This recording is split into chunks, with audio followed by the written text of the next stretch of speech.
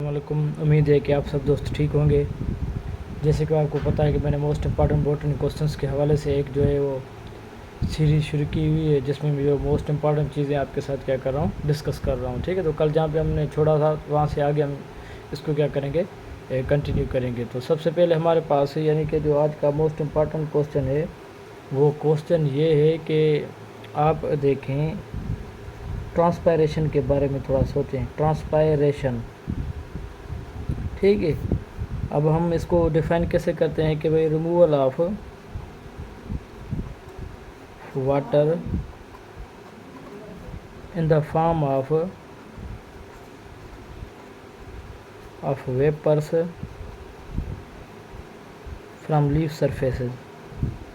ठीक है, leaf surfaces जब वो वेपर की सूरत में जब वहाँ से निकले पानी तो उसको हम क्या कहते हैं, ट्रांसपायरेशन कहते हैं। तो यहाँ पे हमारा समझने का मकसद ये है कि सबसे पहले तो ट्रांसपायरेशन की तो एक तो आपको पता है कि 3 किस्म होते हैं। एक होती है स्टोमेटल ट्रांसपायरेशन, स्टोमेटल। दूसरी होती है क्यूटिक्यूलर, और तीसरी जो होती है वो लेंटिक्यूलर होती है। एक तो एमसीक्यू ये अराइज होता है, तो जो मोस्ट अबंड यानी कि जो ज़्यादा सबसे ज़्यादा मोस्ट अबंडेंट जो होती है वो इससे होती है। अबाउट 90% जो होती है ट्रांसपायरेशन यहाँ से होती है। एक तो ये एमसीक्यूज हो गया स्टोमेटल। दूसरा ट्रांसपायरेशन है क्या, और तीसरा क्या होता है यहाँ पे जो ट्रांसपायरेशन होती है। और सवाल ये है कि जो मतलब प्लांट्स जब यानी कि वहाँ से जब एयर गुज़रती है तो या आप उसके नीचे बैठे हैं तो वो मोर कूलर यानी कि दिखाई देती या लगती है as compare to the other, यानी कि मोर कूलर यानी कि अदर देन। ठीक है भाई, एनी एयर, यानी कि अगर कोई आपको मतलब और एयर लग रही है या उसके मुकाबले में अगर आप प्लांट के नीचे बैठे हैं वो एयर आपको लग रही है तो वो आपको कूलर महसूस होगी।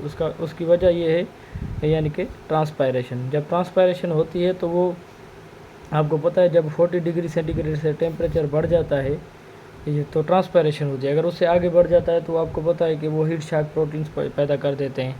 तो कहने का मकसद ये है कि ट्रांसपायरेशन की वजह से जो उनकी एयर होती है वो मोर कूलर होती है as compare to the common यानी कि एयर। ठीक है, तो ट्रांसपायरेशन यानी कि इफेक्ट कहता है। ट्रांसपायरेशन कैसे होती है हमें पता है कि वो स्टोमेटा से के अंदर गार्ड सेल जो होते हैं वहाँ से होती है। तो ठीक है, उसके बाद दूसरा जो हमारे पास है वो है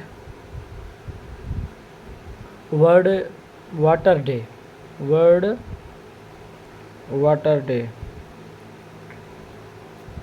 मैं पहले भी आपको बता चुका हूँ कि आप इन चीज़ों को अच्छे तरीके से पढ़ें।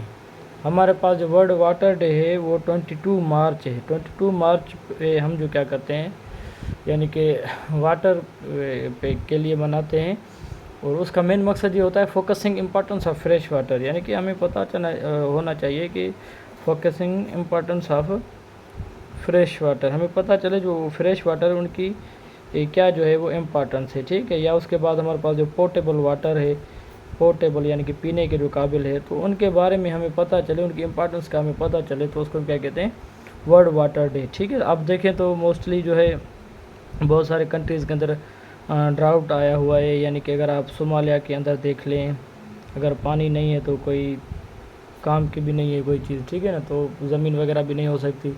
तो इसके लिए हमें इनको यानी कि प्रोटेक्ट करना होता है यानी कि वर्ल्ड वाटर डे। अब ये भी आ सकता है कि भाई वर्ल्ड वाटर डे कौन सा होता है। ठीक है, उसके बाद जो बताऊं कि अगर आप वो CSS की आज जो स्क्रीनिंग हुई है उसमें भी ये सवाल पूछा गया है इस पर कि भाई वर्ल्ड इन्वायरमेंट डे, वो मैं आपको पहले बता के आया हूँ कि भाई ये जो क्या होता है वो 5 जून होता है। ठीक है, इन्वायरमेंट की प्रोटेक्शन के लिए।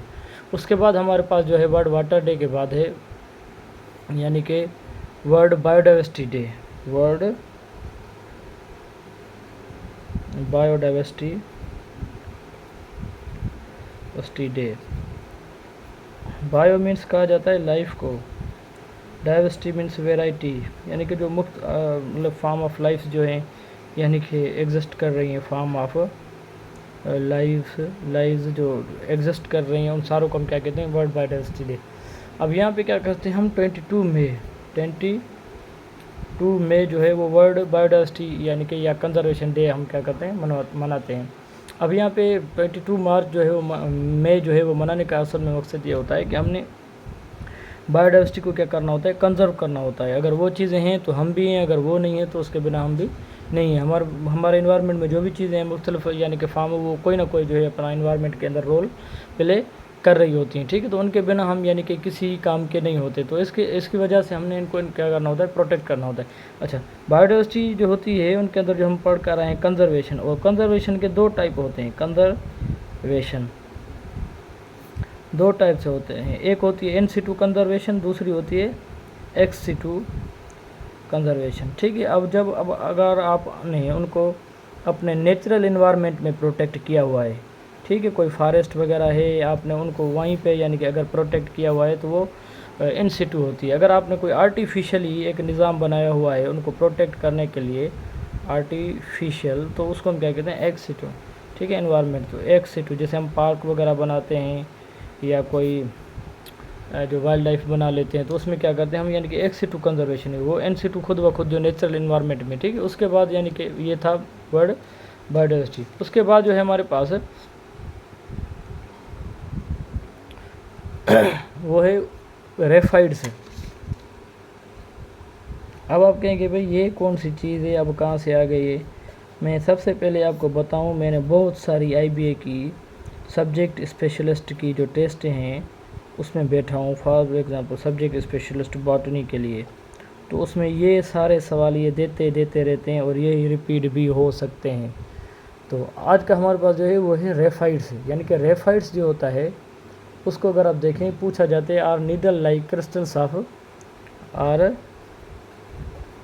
Needle like crystals of calcium oxalate, calcium oxalate. वहाँ पे ऐसे सिंपली पूछा जाता है कि ऑक्सलेट यानी कि ये चीज़ें कौन सी वाली हैं, तो उसको हम क्या कहते हैं, रेफाइड्स, यानी कि कैल्शियम ऑक्सलेट या कैल्शियम कार्बोनेट, कैल्शियम कार्बोनेट। अब इनको हम क्यों पढ़ रहे हैं, वैसे ये बहुत सारी ऐसी फैमिलीज़ हैं, अबाउट 200, उनके अंदर आपको ये चीज़ें मिलेंगी, अबाउट 200 फैमिलीज़, तो उनके अंदर ये चीज़ें आपको मिलेंगी। इसकी वजह से हम इनको यहाँ पे डिस्कस कर रहे हैं, ठीक है। उसके बाद जो हमारे पास यानी कि क्वेश्चन है रेफाइड के बाद वो है कि जब हम सेल वॉल को डाइजेस्ट करवाते हैं या उसको मेटाबोलाइज करते हैं, तो कौन कौन से एंजाइम्स की हमें क्या पड़ती है, ज़रूरत पड़ती है। यानी कि सेल वॉल को डाइजेस्ट करने के लिए जो एंजाइम होते हैं, एक तो हमें सेल्यूलेज एंजाइम चाहिए होता है, क्योंकि ये किसको करता है, ब्रेक डाउन सेल्यूलोज को। और दूसरा जो होता है हमारे पास जो होता है एंजाइम, वो होता है पेक्टेज, यानी कि ये किसको मेटाबोलाइज करता है, पेक्टिन को। मतलब यानी कि अगर सेल वॉल को आप चाहते हैं कि डाइजेस्ट करें, तो वो क्या होती है, यानी कि सेल्यूलेज और पेक्टेज दोनों आपको चाहिए उनको, यानी कि डाइजेस्ट करने के लिए, ठीक है। उसके बाद जो हमारे पास यानी कि दूसरा है वो है ओजोन के बारे में। अगर आप कहें कि भाई ये चीज़ें तो बॉटनी के साथ रिलेटेड है ही नहीं, फिर भी सर जो है वो क्यों पढ़ा रहा है, आपको मैं बताता चलूँ। बहुत सारी ऐसी एवरीडे साइंस की चीज़ें होती हैं जो वो सब्जेक्ट में दे देते हैं और आपको पता ही नहीं होता, वो चीज़ें आपको पढ़ना ज़रूरी है। अब ओजोन के बारे में सबसे पहले सवाल आता है कि भाई ये बना किस चीज़ का होता है, O3 का, मतलब इसको कहा जाता है एलोट्रॉपिक फॉर्म ऑफ ऑक्सीजन। सबसे पहले एलोट्रॉपिक फॉर्म ऑफ ऑक्सीजन, ठीक है, एक चीज़ ही सवाल, पहला सवाल ये। दूसरा, ओजोन जो होता है हमें UV रे से प्रोटेक्ट करता है, यानी कि कैंसर वगैरह से या जो कैटारेक्ट बीमारी होती है आइज़ की, उससे, ठीक है, क्योंकि ये क्या करता है, कैटारेक्ट ये लाइट को, जो स्ट्रांग लाइट होती है उसको फ़िल्टर करता है, स्ट्रांग लाइट, या उसको वहीं पे रोक देता है, ठीक है ना। तो जो लो वाली होती है वो हमारे पास यानी कि भेज देता है, ठीक है। दूसरा ये होता है। तीसरा जो होता है इनके अंदर सवाल ये होता है कि ओजोन लेयर की जो, ओजोन की जो थिकनेस होती है वो मेजर करने के लिए जो यूनिट होता है उसको कहा जाता है डॉप्सन यूनिट। ये तीसरा सवाल है, ठीक है। ये सिर्फ इससे ही मतलब ओजोन से, यानी कि इसको कहा जाता है डॉप्सन यूनिट, ठीक है। उसके बाद क्या होता है, जो फिर उसके बाद जो सवाल आता है कि भाई इनका जो मतलब डिप्लीशन के जो काजेज़ होते हैं वो कौन से होते हैं, कौन कौन सी गैसेस यानी कि डिप्लीशन के काजेज़ जो होते हैं। चौथा सवाल ये आ सकता है, इसमें CFC हो गई हमारे पास, क्लोरो फ्लोरो जो कार्बन हो गया, ठीक है ना। तो ये क्या करता है, यानी कि मतलब इनको आहिस्ता आहिस्ता यानी कि वो ऑक्सीजन को लेकर यानी कि क्लोरो ऑक्साइड की सूरत में चला जाता है, और फिर यानी कि यहाँ पे इसको फ्लोरीन को और उसको छोड़ देता है, तो वो क्या हो जाती है। और एक चीज़ मैं आपको बता देता हूँ, ये जो हम कहते हैं कि भाई एंटार्कटिका के अंदर यानी कि ये होल हुआ है, हालांकि ये होल नहीं है, कम्प्लीटली होल नहीं है।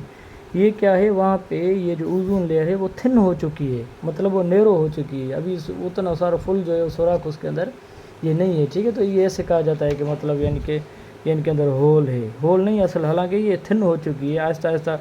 अभी जो कोविड-19 के अंदर ये सारी चीज़ें वो बंद हो गई, तो उसमें क्या हुआ, तो कोविड-19 के अंदर तो वो क्या हो गया है, वो रिकवर हो गया है मोस्टली, ठीक है ना। तो ये भी हमारे पास आपको पता है कि अब अभी तो CFC पे क्या है, वो पाबंदी वगैरह भी लगाई गई है कि भी आप इन चीज़ों को इस्तेमाल ना करें, ठीक है। उसके बाद हमारे पास जो है वो है ट्विस्टेड क्या है, ये भी एक एस्टिवेशन है, एस्टिवेशन, वो जो अरेंजमेंट आए हैं पढ़ कर आए हैं। तो इसमें क्या होता है ट्विस्टेड में, अब ये सारी जो होती हैं वो ओवरलैपिंग होती हैं, ओवरलैपिंग विथ ईच अदर। कोई भी एक ऐसी नहीं होगी जिसमें कोई कम्प्लीटली इनसाइड होगा, या कोई भी एक ऐसी नहीं होगी जिसमें कोई कम्प्लीटली आउटसाइड होगा। तो ये क्या होती हैं, ओवरलैपिंग होती है एक दूसरे के अंदर, ठीक है। तो उसको हम क्या कहते हैं, ट्विस्टेड। अभी हमारे पास इसका एग्जाम्पल कौन सा है, वो है चाइना रोज़ आपको पता होना चाहिए, ये जो है वो मालवेसी फैमिली का है। इसके अंदर बहुत सारे सवाल भी आते हैं, कॉमनली कई इंटरव्यू में पूछ लेते हैं, या उसके अंदर जो एंथस की अरेंजमेंट वे कौन सी होती है, सारी चीज़ें आपको पता होना चाहिए। तो उसमें ये इस किस्म की अरेंजमेंट होती है, ये देखें आप।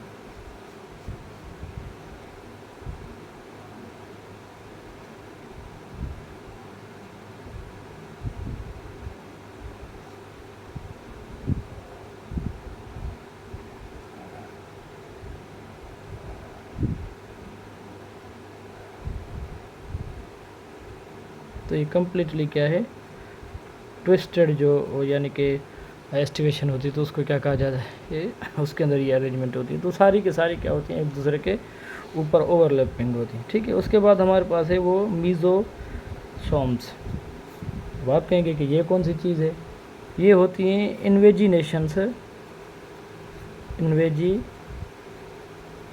ऑफ प्लाज्मा मेम्ब्रेन या सेल मेम्ब्रेन, ठीक है। ये बैक्टीरिया के अंदर एक इन्वेजिनेशंस होती हैं, ठीक है ना, into plasma membrane into the cytoplasm के अंदर। सबसे पहले ये एक चीज़ है।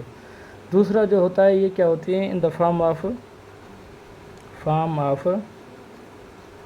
वेसल्स, या इसको हम क्या कहते हैं, ट्यूब्यूल्स, या किसकी सूरत में होता है, ये लेमिलाए की सूरत में होते हैं, ठीक है।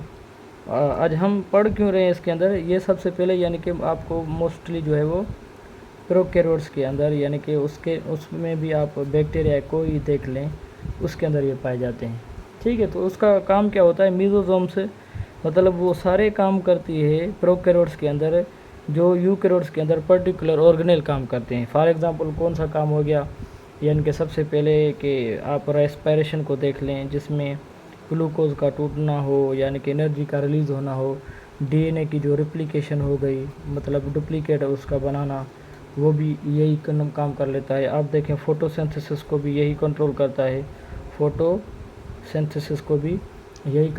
है, उसके बाद अगर आप देखें जो एंजाइम की जो सीक्रेशन होती है,